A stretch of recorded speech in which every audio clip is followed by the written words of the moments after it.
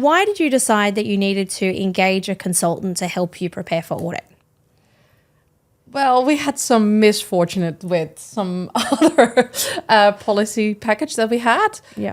It just didn't work out. We did our first audit, stage 1, and we completely failed that one, unfortunately. So we were like, okay, what are we going to do? Total panic. Sue luckily remembered, oh, wait, Sonia Gomez is out there. We need to go contact her, which was really good. And I was a big fan of your podcast with Paul. So you were my go-to and my saviour, to be honest. Just even reaching out to Amanda and her saying, I'm going to get Tanya to call you. It happened quickly. And so quickly. Amanda was on top of it straight away. We She's were like, already in a panic. no. Yes. And, you know, just the communication, how quickly that happened. Yes. And you just, you know, being a shining light, you really are. And I know you don't like hearing that, but to have that person give you, it's going to be okay, and be calm and just say, just do it like this, Sue.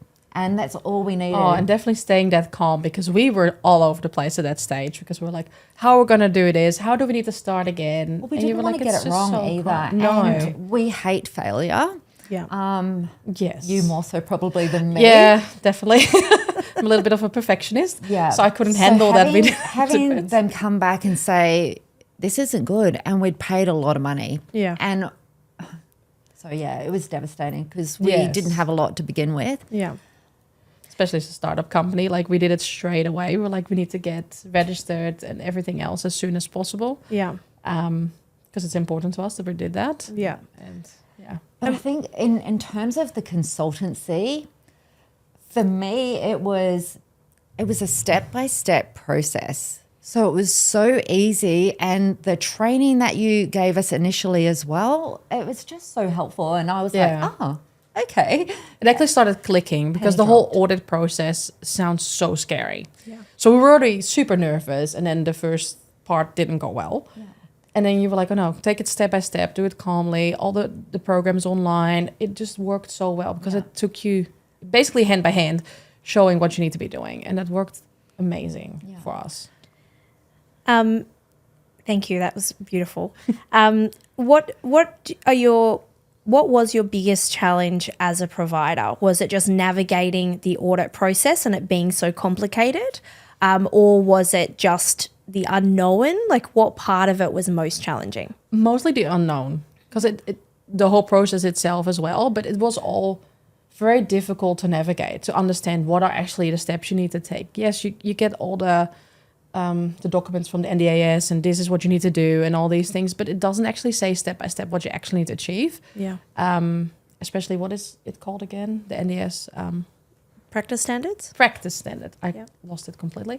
With the practice standards, if you look at that, what do you actually need to do to meet this practice standards? Like, that was so difficult to look at everything. Yes, we can make things up ourselves, but is it actually what they want to see? And is it actually what you need to have as a company? Yeah. So having that plan from the get-go with your team was integral for us, wasn't it? Because we knew what to expect next. And you were guiding us. You were saying, okay, Sue, Leanne, next I want to see you guys doing this. Yep. So for me, it was like putting all the puzzle pieces together and just knowing that you had us, you know, and then we had our participants. And that for me, it's very helpful, because both of us went through audits with different providers that we used to work for, but we were only part of little parts of the process. Yeah. So we both knew little bits and pieces, but that wasn't all the whole complete picture. Bringing it all together. Yes. Yeah. Wonderful. And do you feel that my expertise helped you to navigate the audit process? 100%. I have to go back to when we were doing the audit, the auditor said to us, you're so organised. We're going to be finished early. And I was like, they finished every day early because they were like, oh, you guys have everything so organised because you helped us saying, oh, maybe do this to be extra prepared. We did that. We did the extra PowerPoint and everything else and the links and everything. And they were done so quickly. They were like, we've never had anybody that prepared And it was just so easy and cruisy for them, which made it easier for us too, because they were like, in the same early afternoons, they would call us already. Like, okay, we were done for today. It looked all perfect and amazing. I'm not going to tell everybody your secret because I think they have to engage with you first. I'm just going to say that we passed both with flying colours, with the auditors saying how fabulous it was. And that is a massive thanks to you and your team. Like, everybody in your team helped us. You know, even the day we were going through the audit, the second audit, we had messages from your team saying, good luck. Like, just that. Like, personal touch on it as well, just to feel like not you're just one of the numbers. No, you're actually a person and they're trying to help all the time. Yeah. So your entire team is amazing. Like, it's been really good to work with everybody and learning different things from all of you guys. It's been really, really good. Yeah, you're like our mentors. No, and we will always reach out to you, Amanda and Storm as well. Like, it's been really good. What I'm glad you said that, because that is actually like the intention of what we try to do. Is I always say it like prepare like an auditor, right? Not prepare like a client or a provider. Yeah. We want to spoon feed the auditors, give them what they expect, because you know, you're almost talking two different dialects of NDIS. You've come from the service delivery side, you're speaking the participant-led language. Yeah. You care about participants, but it's actually a different language the auditor's speaking. They're talking about the practice standards and the regulations, and that's really all they can assess you on. Yeah. So we just need to translate all the already amazing things you were doing. I think it's a really good example of your stage one didn't go well because you didn't actually understand the language that they were speaking. You didn't translate, even though, you know, there was lots of things. Your practice is the same in both audits. You know, who you are as people is the same in both audits, but the experience you had that was terrible was because the auditor was expecting something different. And in the second audit, we just, you know, train you and teach you the language and the vocabulary and say, okay, this is how you explain what you do and why it's compliant, because you do comply. You complied both times. It was just one time you knew how to talk about it and the other time there was a gap there. Correct. Yeah. So it's bridging those gaps, which is great. I think we bring that back to maybe the first audit when Leanne was away and you were in the background with me, and we'd send a message and you would be like, it's okay, Sue, let's do it this way. And that's all I was able to, communicate back, and it worked. Like, I was calm, I wasn't stressed. No.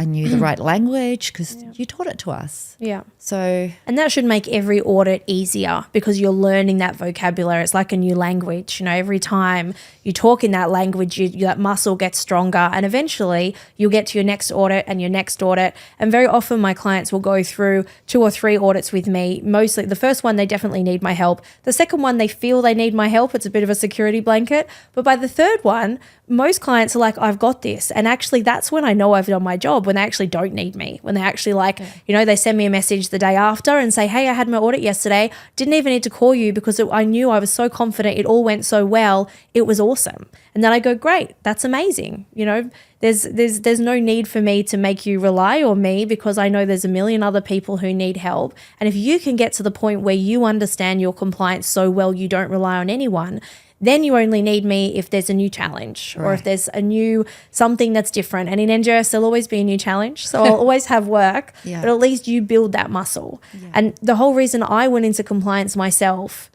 a long time ago wasn't because I love paperwork or legislation, although some people think I do.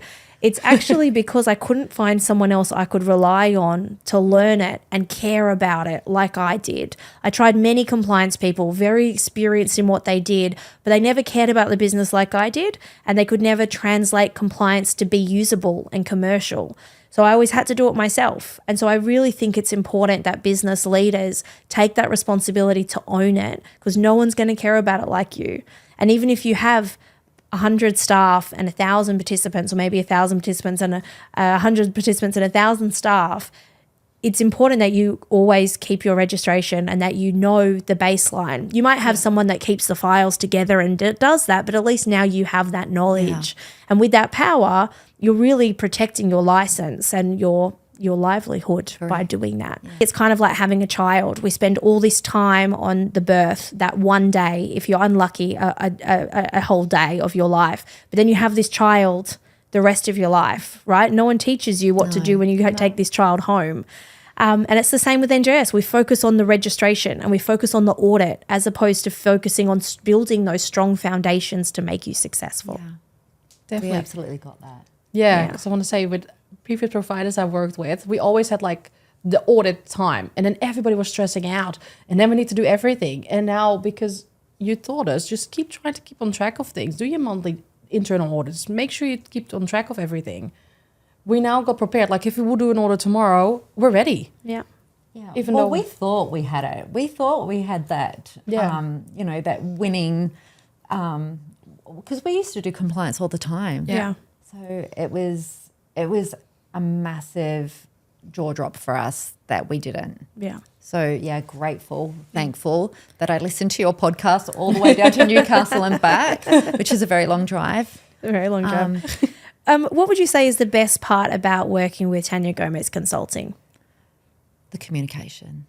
Yes, definitely. Every time we send a question or anything else, so fast answers back, helping with things, trying to figure things out together, willingness to help constantly. Yeah. Like if we had a question, even though some of them were probably a little bit silly, it worked because you guys were like, okay, we can help you with that. We can figure this out. It doesn't matter what you ask. You didn't look at us like good. we were idiots. You treated us like professionals. I don't know, like I do get a little bit emotional because it was very challenging. And, that first interaction where I got to talk to you, we straight away had a really good click and we're like, okay, this is going to work. You did something for us that no one else had done. Yeah. So it's really special. And that's where we're big on trust and honesty. And you gave that to us. And I knew we were okay then. Yeah. No, that's very nice. Thank you. That's true though. Would you recommend Tanya Gomez Consulting to other providers? Yes. I want to say, was that even a question? 1,000%. Yes. 1,000%. Definitely. We constantly do, by the way. Every time someone asks, how did your audit go? Okay, you need to talk to Tanya. Yeah. Yeah. Thank you.